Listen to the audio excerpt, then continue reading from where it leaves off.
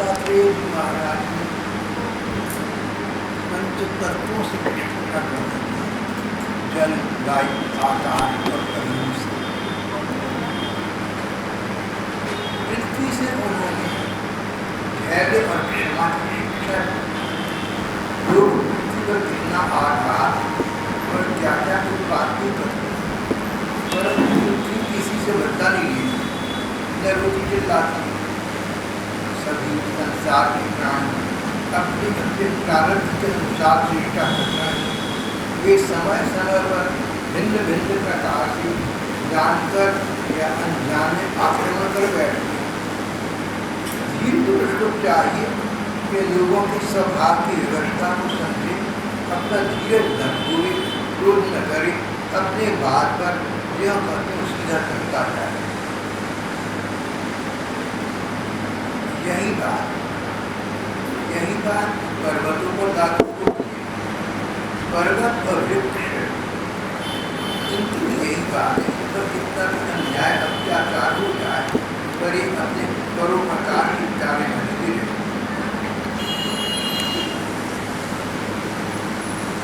श्री दत्तात्रेय जी ने कहा, नीचे पृथ्वी की भांति ऊपर आकाश से जल शिक्षा, आग लगती है, पानी बरसता है, अन्न आदि पैदा होते हैं, नष्ट होते हैं, वायु की प्रेरणा से बादल आगे जाते हैं। ये सब होने पर भी आकाश इन सब बातों से अछूता रहता है। आकाश की दृष्टि में ये सब कुछ मानो है ही नहीं।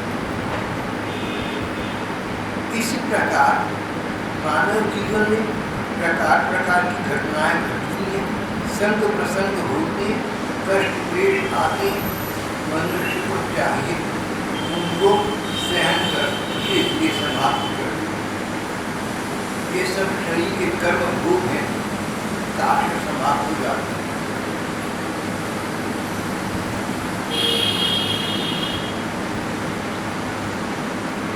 दत्तात्रेय जी ने वायु से शिक्षा ग्रहण की। वायु को अनेक स्थानों में जाना पड़ता है, परंतु वह कहीं भी आसक्त नहीं होता, किसी का भी गुण दोष नहीं करना है। इसी प्रकार धीर पुरुष करना चाहिए, किसी के गुण या किसी के दोष की ओर दृष्टि न जाए, किसी से आसक्ति या द्वेष न कर बैठे। वायु को अनेक स्थानों में जाना पड़ता है, परंतु वह कहीं भी आसक्त नहीं होता, किसी का गुण दोष नहीं करना। वायु एक स्थान से दूसरे स्थान पर भागा फिरता है, कहीं दुर्गंध है, कहीं सुगंध है, उन सबको लेकर आगे निकल जाता है, और आगे निकलने पर पिछली दुर्गंध सुगंध को वहीं छोड़ जाता है। अपने शुद्ध स्वरूप बुद्ध स्वरूप में आगे निकल जाता है। वायु के लिए सभी स्थान समान हैं, चाहे मंदिर हो और चाहे श्मशान भूमि, तो किसी से प्रभावित नहीं होता। पर्वतों, कंदराओं और पेड़ों पर से जाता हुआ वायु अपने अप्रभावित स्वभाव को स्थिर रखता है।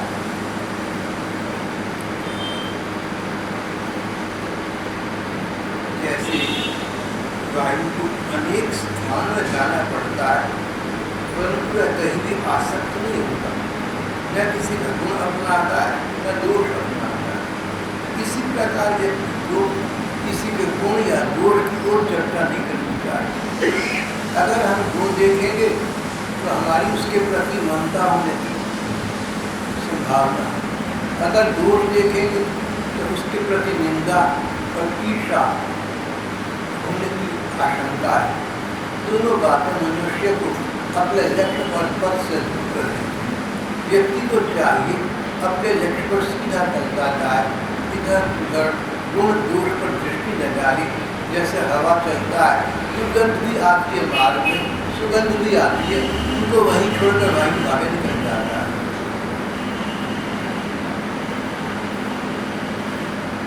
जल स्वभाव से ही स्वच्छ होता है, चिकना और मधुर पवित्र करने वाला होता है।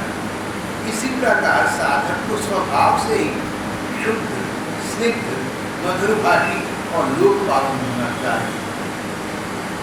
जैसे जल के स्पर्श से वस्तु पवित्र हो जाती है, शुद्ध रूप आ जाती है, इसी प्रकार हमारा चरित्र, हमारा स्वभाव होना चाहिए। जो लोग हमारे संपर्क में आए वो अपने आप को ताज़ा महसूस करें, अपने आप को शुद्ध पवित्र प्रतीत करें, हमारी ओर से उनको ताजगी महसूस। बहुत अच्छी बात है।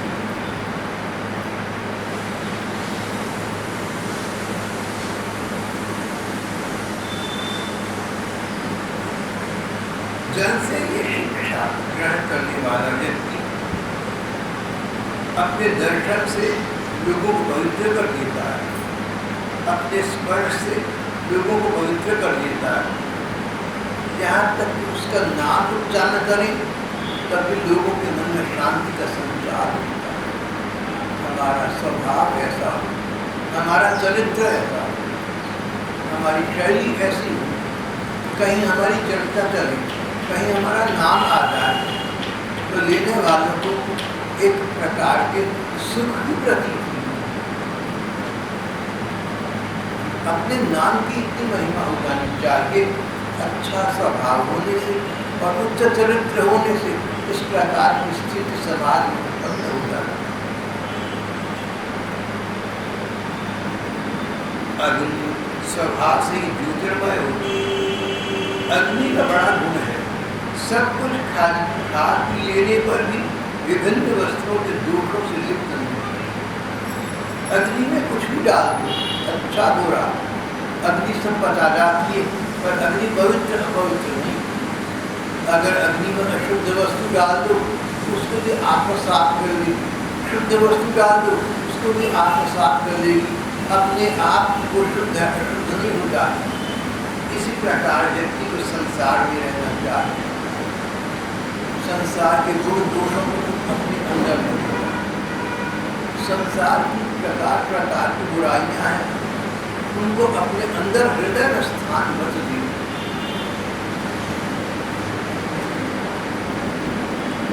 अग्नि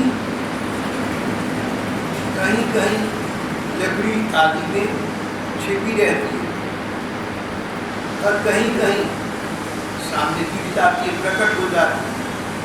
इसी प्रकार साधक को भी कहीं गुप्त रहे, कहीं प्रकट हो जाए, वह कहीं कहीं ऐसे रूप में प्रकट हो जाए जिससे कल्याणकामी पुरुष उसकी उपासना कर सके।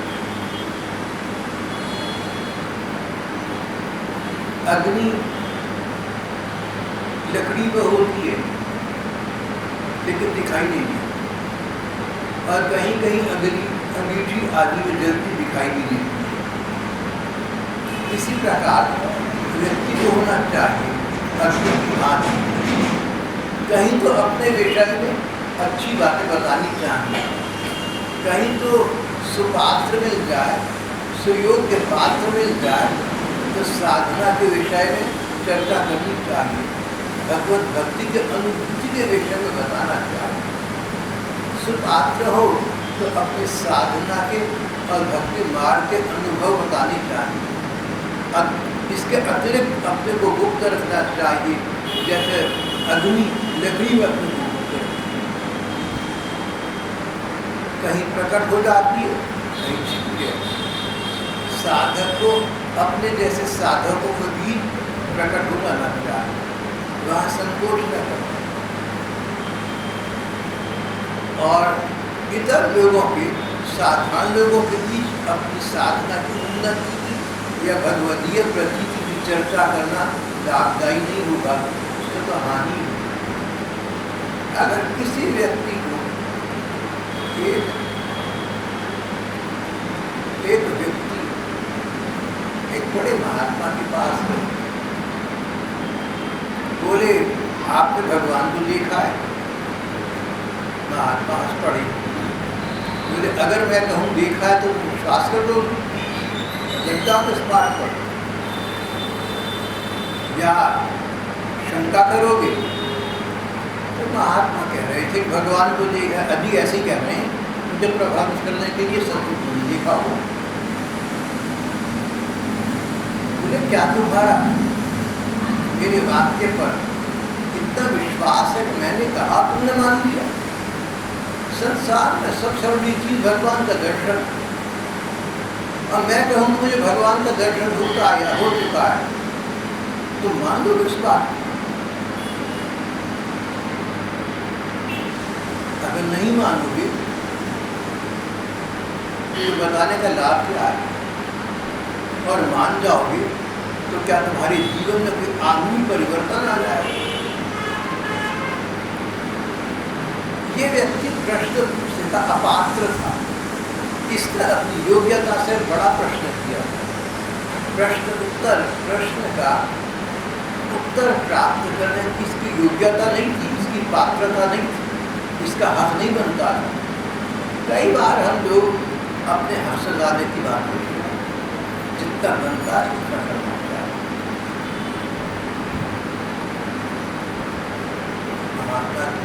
आपने भगवान को देखा है।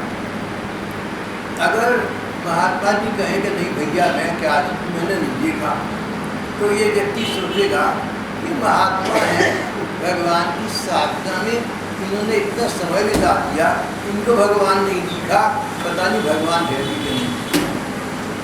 कहीं ये मूर्ख तो नहीं है, कहीं ना समझना नहीं है, बेकार की बातें ना भगवान का सिर पर भगवान ने लगेगा नहीं, जब तक मिले अपने मिलेगा। दूसरा विचार ये आ सकता है कि जीवन पर्यंत साधना के प्रति इन महात्मा को भगवान का दर्शन नहीं हुआ तो मुझे साधना करनी नहीं चाहिए, मुझे कैसे हो सकता? इतनी जटिल साधना के बावजूद इनको दर्शन नहीं हुआ, मैं तो इतनी साधना कर भी नहीं सकता। अगर जटिल साधना से इनको दर्शन नहीं हुए तो थोड़ी बहुत साधना से मुझे भी नहीं हुई। विचार छोड़ साधना और महात्मा कह दें कि हाँ दर्शन हुआ है, तो मन में विचार आ जाए कि वो ही कह रहे हैं।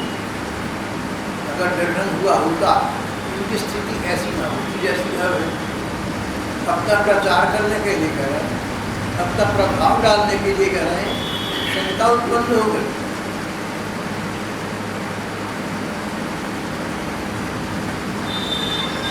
संदेह हो गया, संशय हो गया। इस व्यक्ति को उन महात्मा से अगर वो भगवत प्राप्त हो भी तो भी कुछ मिलने वाला नहीं है। संशयात्मा विनिश्चय, संशय व्यक्ति अपने को नष्ट कर। ठीक स्थान पर संशय करने से व्यक्ति अपने को हानि पहुंचा है। जिस प्रकार गलत स्थान पर श्रद्धा करने से व्यक्ति अपने को हानि पहुंचा है। ठीक स्थान पर श्रद्धा रखना, गलत स्थान पर अपने को व्यर्थ व्यय न करना। महात्मा ने ठीक उत्तर दिया। ये व्यक्ति इस प्रश्न करने के योग्य नहीं था। इसी वृत्तांत में जो हम लोग पढ़ रहे हैं, एक स्थान पर आगे जाकर राजा जनक दत्तात्रेय जी से कहते हैं, दोबारा कहूँगा, एक स्थान पर एक प्रश्न करते हैं। कहते हैं एक बार मैंने ये प्रश्न पूर्व काल में बड़े बड़े ऋषि मुनियों से किया था, उन्होंने उत्तर नहीं दिया, अब आप उत्तर दीजिए। प्रसिद्ध महात्माओं ने कहा, ईश्वर ने कहा कि तब तुम्हारी उम्र और तुम्हारी समझ इस प्रश्न का उत्तर समझने की थी नहीं, इसलिए नहीं दिया। कोई छोटा बच्चा होता है 5 वर्ष का, माता पिता से ऐसे प्रश्न कर सकता है जिनका उत्तर माता पिता अगर उसको दें तो बच्चे की समझ में आए, उसकी समझ अभी विकसित नहीं।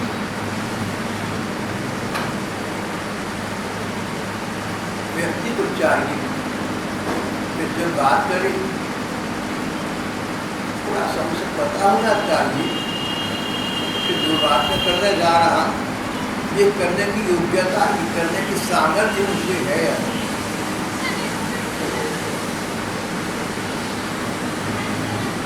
एक सज्जन थे, पूज्य महात्मा के पास आते, श्रद्धा रखते थे, सेवा करते। कहती थी आप तो भगवान से बातें करती रहती हैं, आपका स्तर बहुत ऊंचा है। फिर एक दिन बोले कि महाराज जी एक बात पूछूं, ठाकुर जी आपसे मेरे बारे में क्या क्या कहती हैं? चित्र प्रश्न है। कहते हैं ठाकुर जी मेरे बारे में आपसे क्या क्या कहते हैं? मैं इतना आपके पास आता हूँ, सेवा करता हूँ, श्रद्धा रखता हूँ, बहुत कुछ कहते हो। महात्मा सुखी हंसी और उसको आगे बात टालती, क्या कहते हैं भैया तेरे में ऐसी क्या पात्रता या योग्यता है कि भगवान तेरी बात मुझसे करेंगे, या ये महात्मा भगवान से इनकी बात करेंगे? क्यों तो भगवान करेंगे, क्यों महात्मा करेंगे? अपने को आवश्यकता से अधिक ऊंचे स्तर पर समझना, ये भी ना समझ।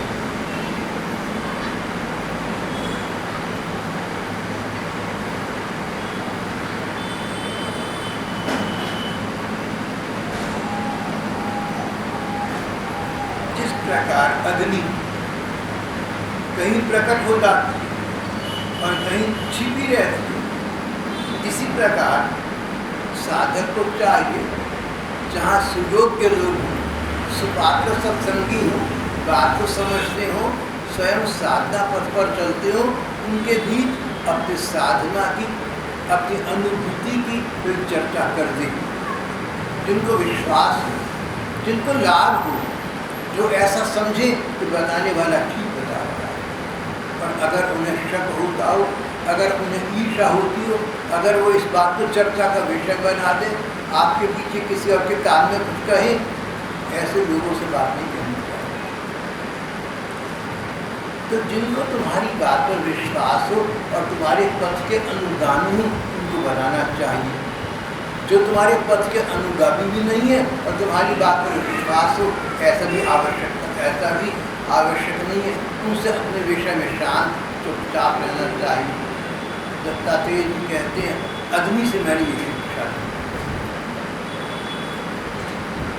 अग्नि से एक और शिक्षा थी।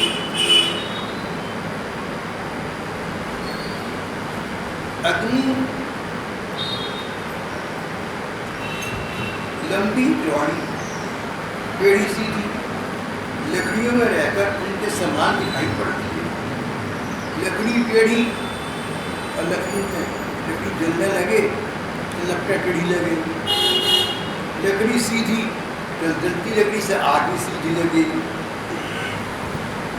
तो जैसी लकड़ी सीधी टेढ़ी लंबी या चौड़ी, वैसे उसमें लगने वाली लपट। जैसे अग्नि लकड़ियों में रहकर उनके समान दिखाई पड़ती है, रास्ते में वैसी वे है नहीं, दिखाई तो पड़ती है पर सचमुच वैसी वो है नहीं। इसी प्रकार हम मनुष्य जैसे दिखाई पड़ते हैं वैसे होते नहीं। दिखाई पड़ता है शरीर, होता है जीवात्मा। आत्म तत्व की दृष्टि से व्यक्ति के जीवन के साथ होता है। अपना विचार, अपना विश्वास आत्म तत्व बढ़ाई सत्संग पहले कदाचित कई बार आते। लंबा चौड़ापन शरीर का है, आत्मा का नहीं, तुम्हारा नहीं। नाटा या लंबा कद शरीर का है, आत्मा का नहीं। गोरा या काला रंग तुम्हारा नहीं है, शरीर का है। ये शरीर तो इस बार मिला हुआ है, पहले कोई और शरीर था, आगे कोई और होगा, लेकिन आत्मा वही रहता है। पहले भी था, किसी शरीर में था, आज भी है, अगले दिन में फिर किसी शरीर में। इसी प्रकार आत्म तत्व की दृष्टि से विचार करने वाला आदमी अपने विषय में विवेक बनाए रखता है, और नहीं तो धैर्य खो बैठता है और अपने मन को शांत कर देता है।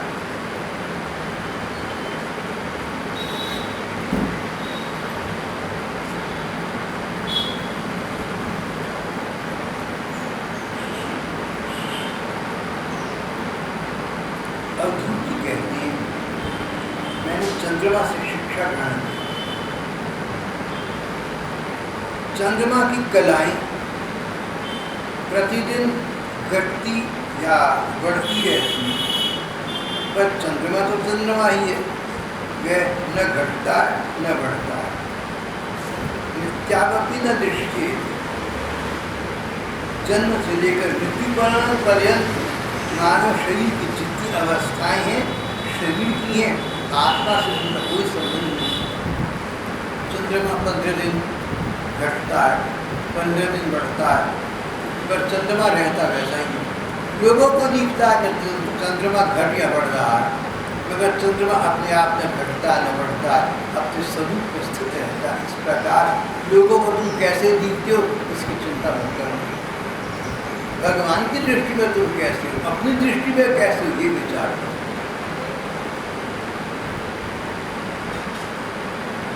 एक बाबा कहते थे, लोग मुझसे पूछते हैं बाबा आप कैसे हैं? मैं कहता हूँ मैं कैसा हूँ जैसा भगवान को लगता है।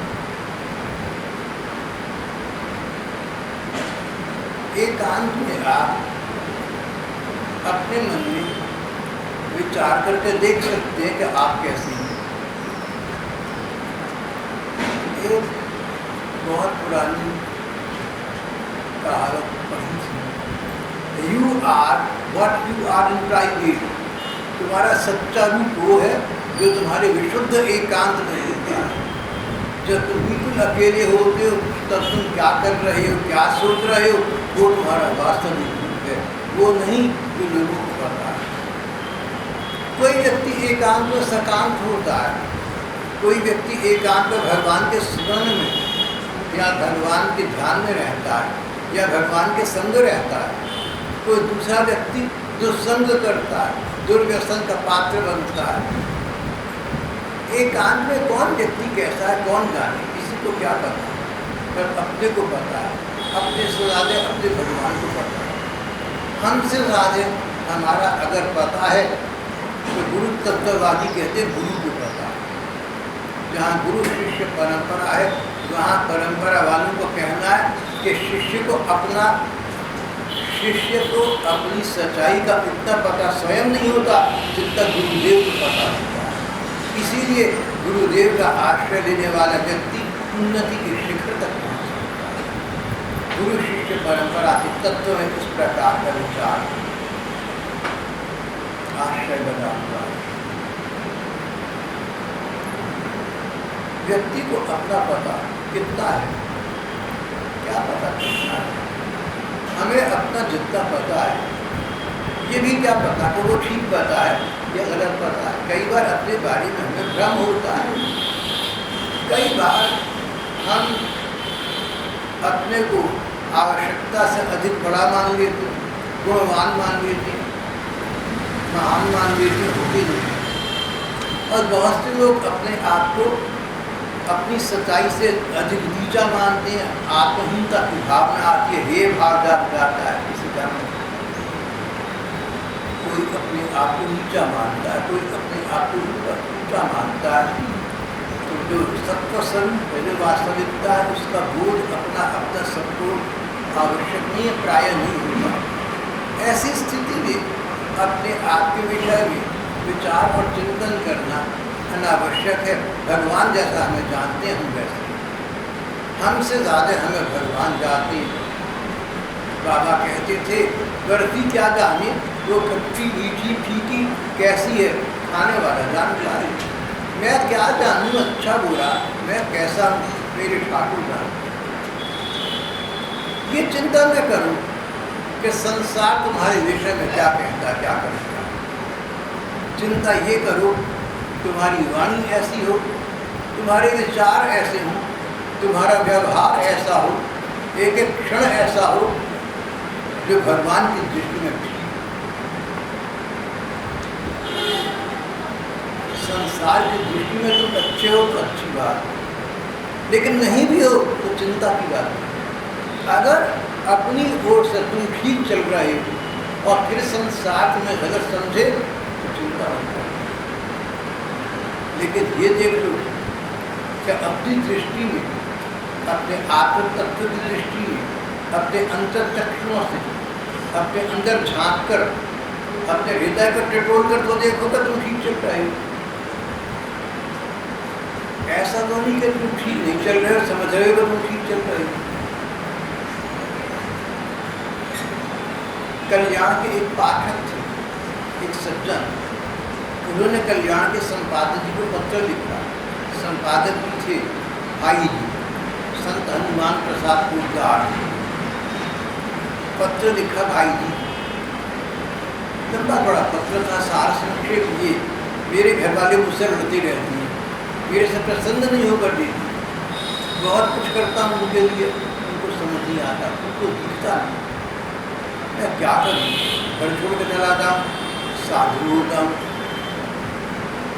समझ नहीं आ रहा है, कृपा करके आप मेरा दिशा दर्शन करें, आपके आश्वासन से, आपकी सांत्वना से, आपके दो शब्दों से कदाचित मुझे चैन मिल जाए।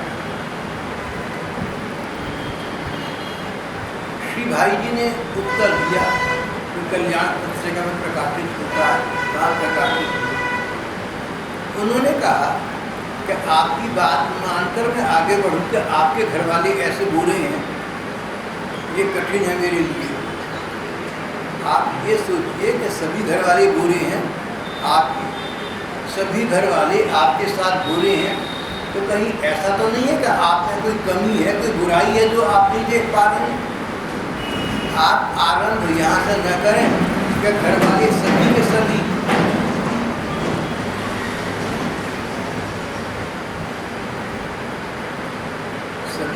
घर वाले बहुत ही बुरे हैं, बहुत ही बिगड़े हुए हैं, बात को समझते ही देर से करें अपडेट करते हैं। आप यहाँ से अपने चिंतन का, विचार का विषय आरंभ न करें। आरंभ ये करें, सभी घर वाले मेरे से अप्रसन्न हैं, मेरे से निराश है, कुछ मुझ में कमी तो होगी ना, कोई ना कोई दोष तो मेरे अंदर होगा। भाई जी ने उन भैया से कहा, आप ये क्यों नहीं सोचते कि आपका कोई दोष होगा। आप अपने आप को देखिए, आप आत्मनिरीक्षण करिए, सेल्फ इंट्रोस्पेक्शन, अपने अंदर झांक कर देखिए, आपको कोई कमी तो नहीं है, नहीं तो सभी आपसे ही क्यों नाराज हैं। भाई जी ने लंबा प्रश्न था, थोड़ा लंबा उत्तर दिया, मुझे उनके उत्तर का एक भाग जो पसंद आया वो वही है जो मैंने अभी अभी आपके सामने उद्धृत किया है। आपके प्रति जो अपराधी है वो दोषी है, ये आपकी दृष्टि में है, उसकी दृष्टि में तो नहीं होगा। उस दृष्टि में आप दोषी हैं, आप अपराधी हैं। उसकी बात मानी तो वो ठीक कहता है, आपकी बात मानी तो आप ठीक कहते हैं। ठीक सचमुच क्या है, इसका उचित निर्णय कौन कर पाएगा।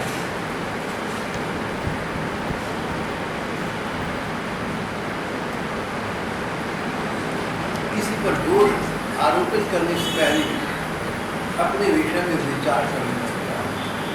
श्री भाई जी की बात मुझे बहुत जरूरी है।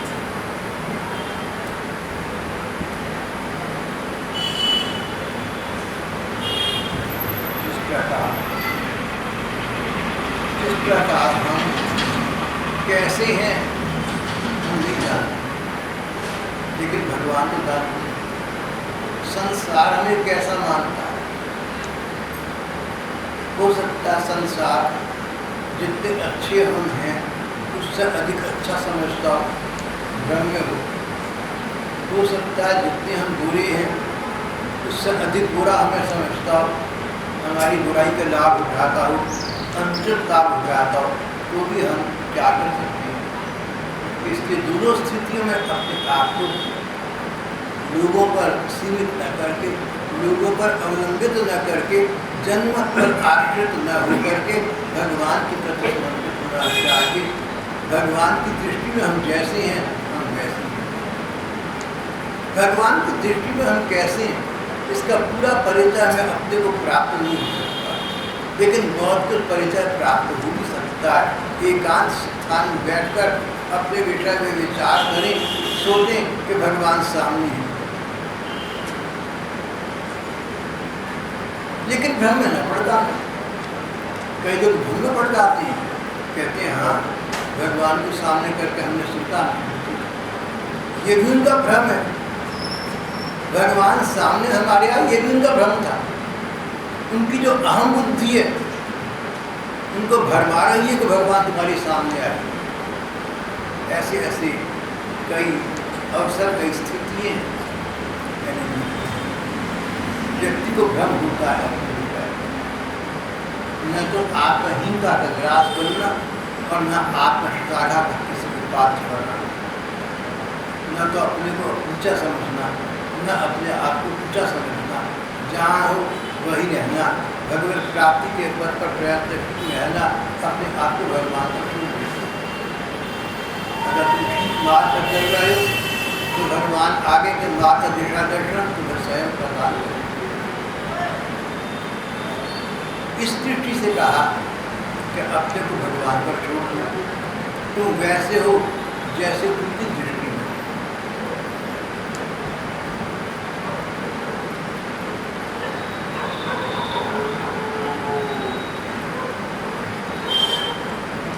इसी प्रकार अर्जुन की दत्तात्रेय जी महाराज ने कहा, मैंने सूर्य से शिक्षा ग्रहण की, जैसे प्रकृति के 5 तत्वों से शिक्षा ग्रहण की, जल, वायु, आकाश और अग्नि से शिक्षा ग्रहण की। इसी प्रकार प्रकृति के 2 अन्य महत्वपूर्ण उपकरण चंद्रमा और सूर्य हैं, इनसे भी शिक्षा ली। चंद्रमा घटता बढ़ता रहता है, लोगों की दृष्टि में अपने आप प्रभावित रहता है। इसी प्रकार व्यक्ति को अविशिष्ट साधक होना चाहिए। फिर सूर्य से शिक्षा ग्रहण की वो बता रहे हैं। पृथ्वी पर अनेक पात्र रखे हैं, कटोरी, घड़ी, बर्तन। पृथ्वी पर जल पात्र रखे हैं, सबसे जल भरा हुआ है। क्या कहलाते? पतीले, पतीले।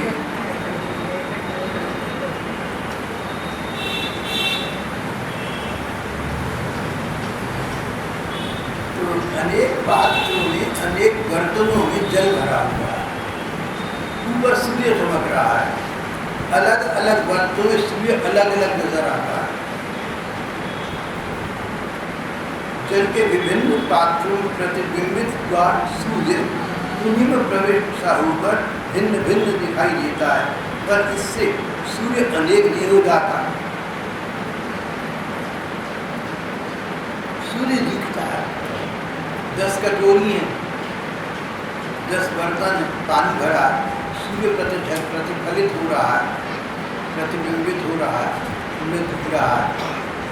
कहीं कैसा दिख रहा है, कहीं कैसा दिख रहा है, लेकिन सूर्य वैसा ही है जैसे सचमुच है। प्रतिबिंबित सूर्य का, सूर्य को अपने आप को कोई अंतर नहीं पड़ता। विवेकवान व्यक्ति को चाहिए इस बात को समझे कि हम अपने स्वरूप में स्थित रहें, हम जैसे हैं वैसे रहें। Justify yourself to yourself. अपने को देखो, अपनी दृष्टि में, अपनी बुद्धि के अनुसार तुम ठीक तो चल रहे हो। संसार को तुम कैसे लगते हो?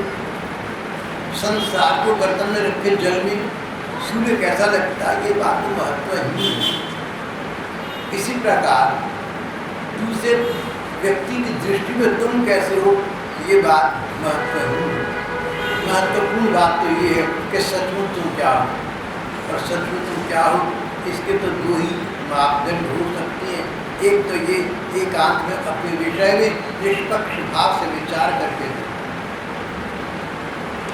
निष्पक्ष भाव का मतलब अपने साथ पक्षपात मत करना, दूसरे के साथ पक्षपात मत करना। जब सोचो तो पहले ये सोचना कि दूसरे का दोष है तो मुझे दिखाई देता है, सचमुच है भी कि नहीं। उसके बाद अपना निर्दोष होने पर भी अपराधी प्रमाणित होना लगता है। कहीं ऐसा नहीं मैं सचमुच दोष हूँ, मैं अपने आप को निरपराध मान रहा हूँ। निष्पक्ष भाव। अगर न्यायाधिकारी के सामने 2 व्यक्ति जाएं, वो दोनों की बात को पूरा सुनता है, एक की बात को पूरा ठीक नहीं मानती है, निष्पक्ष भाव से विचार करता है। न्यायाधीश को, न्यायाधिपति को निष्पक्ष भाव से, यानी दोनों दलों को समान समझ कर व्यवहार करना चाहिए।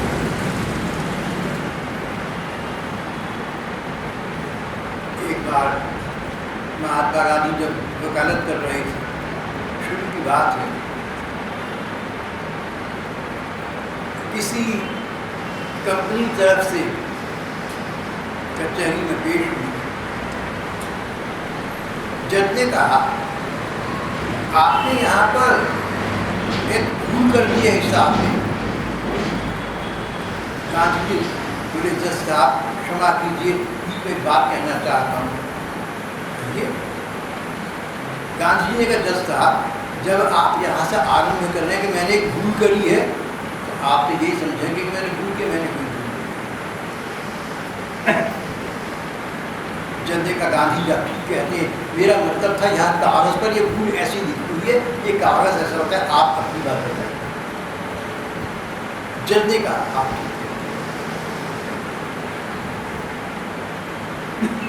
जज को निष्पक्ष भाव से रखना चाहिए, दोनों दल बराबर, दोनों की बात सुने, जो बात मन माने की ठीक है उसको स्थापित करें।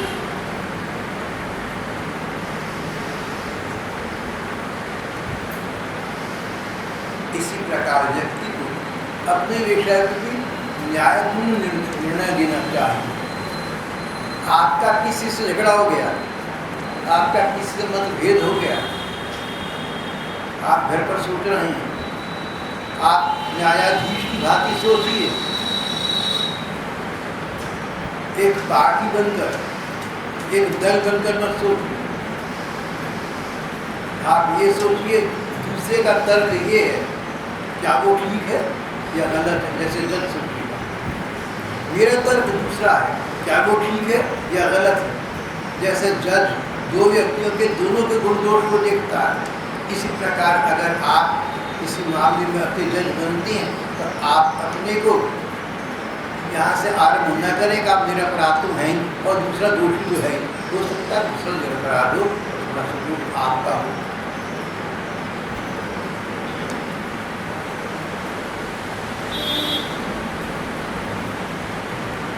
सूर्य अलग अलग बर्तनों में अलग अलग प्रकार का चमकता है,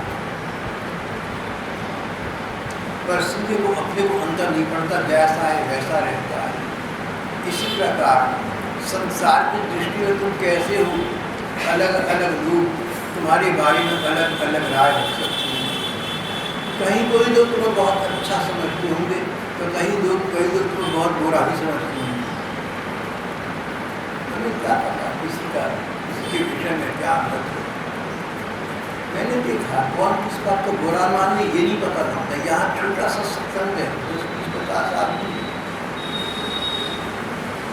एक व्यक्ति बहुत अरसे से नहीं आई, मिलने पर मेरे से कान में कहने लगे, भाई साहब आपकी बात तो अलग है, लेकिन यहाँ अमुक व्यक्ति ने मेरे साथ ये बात कर दी, मुझे बड़ा बुरा लगा। सचमुच करी नहीं करी भगवान का ने, मान लो कर दी तो सत्संग छोड़ दी। इस प्रकार छोटी छोटी बातों पर बुरा मानना अपने बहुत नुकसान करा। ये बात आप लोग अपने गांठ बांध लें कि अगर आप दूसरों की गलत बात को या ठीक बात का बुरा मानते हैं तो आप हानि अपनी कर रहे हैं, दूसरी नहीं। चाहे तो आपकी बात ठीक है, दूसरा गलत है, तो भी आप अपनी हानि उस बात को सोचकर कर रहे हैं। आपका मन एकांत हो रहा है, आपका मन कीट पा रहा है।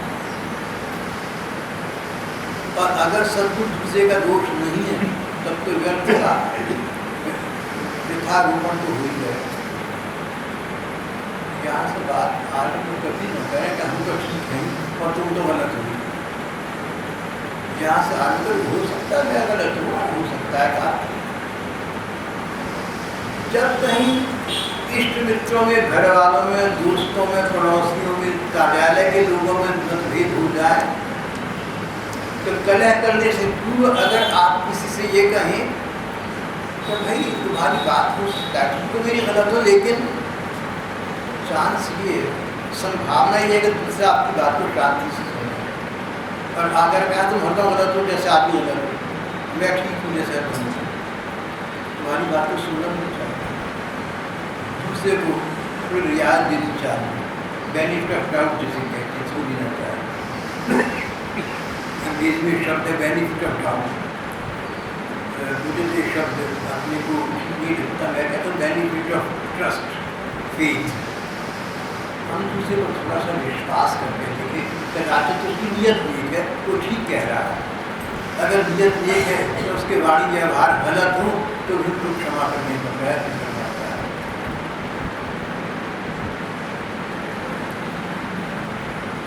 गर्दनों में सूर्य कैसा लगता है, सूर्य इस बात की चिंता नहीं करता, अपने स्वरूप में स्थित रहता है। इस प्रकार मनुष्य को चाहिए कि जनता की राय में वो क्या है सो चिंता न करे, अपने स्वरूप में स्थित रहे। स्वरूप हमारा ये कि हम भगवान का हम भगवान के हम उनके चिंतन में लगे, अपने आप को ऊपर